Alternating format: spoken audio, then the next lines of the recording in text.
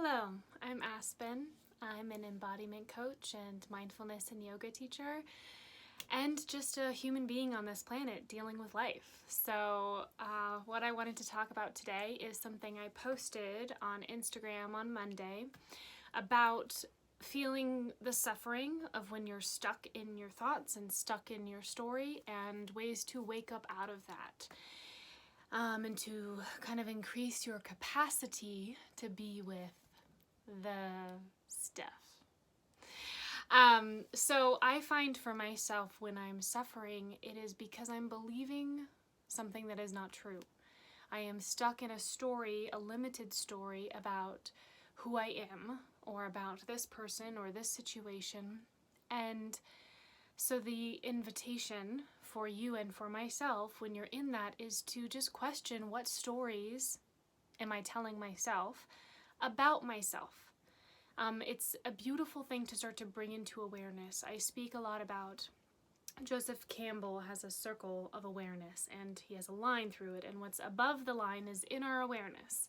What's below the line is out of our awareness. And what we're not aware of ends up running the show. I think it was Carl Jung who said that which we're not conscious of comes to us as fate.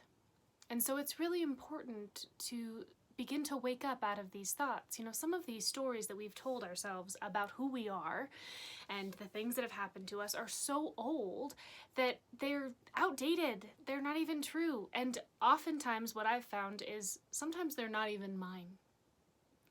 And so the first, I believe, is wake up out of the thoughts. Wake up out of the story, out of the narrative.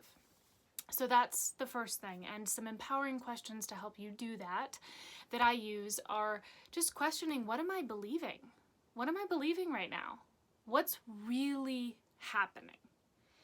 And I believe everything comes back to the body, because this has 3 billion years of wisdom, and this, I find, is super limiting. So why not use all of it? Why not use this body soma wisdom, your heart wisdom, your gut, your intuition, all of those things. And so to investigate somatically, to investigate in your body where this belief is, what's happening, what's really happening, and to get really curious about this present moment of how it's unfolding. What is the life that is here? What's really happening? Our thoughts they can take us many places. And they are real in the sense that they affect us. Like, you can be thinking about something scary and you can physically feel terrified and your heart can be racing. So they're true in that aspect. They're real in that aspect. But it doesn't mean that they're truth. And I speak a lot about truth because I have found on my journey that that's really the gold. And it has to be what you are after over comfort, over feeling good. The truth has to matter so much because it's uncomfortable. To get out of those stories and those narratives that have kept us safe is really discombobulating and disorienting, and it can feel yucky. But there is so much freedom on the other side. And so to bring it back, to wake up out of the thoughts, to question, like, what am I believing? What's going on? And then, is this really true? And to really ask that. Sometimes I have to ask myself that several times. Is this really true? Is this really true? Because there'll be a part of me, a very old kind of victim hardened part that's like, yes, it is. They're wrong and I'm right, or I suck and you're never, that kind of hardened character that we can have in us, that controlling victim, need to be right, if any of that sounds at all familiar.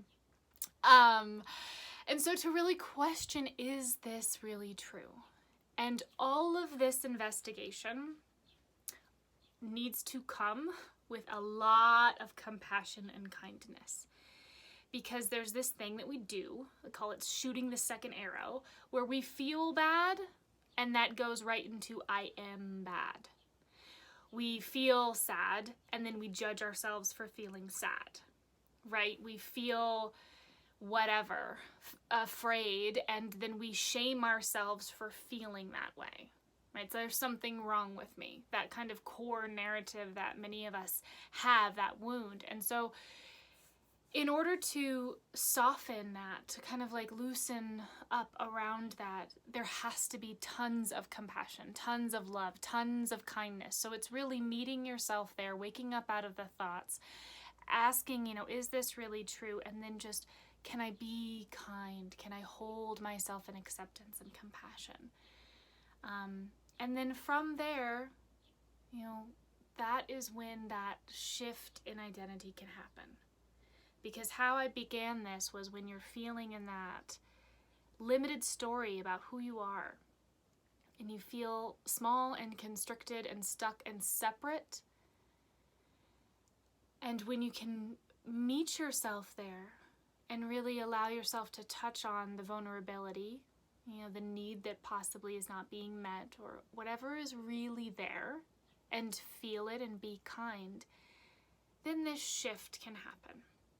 And all of a sudden there's more of you, and you're not identified with this thing, this sliver of who you are.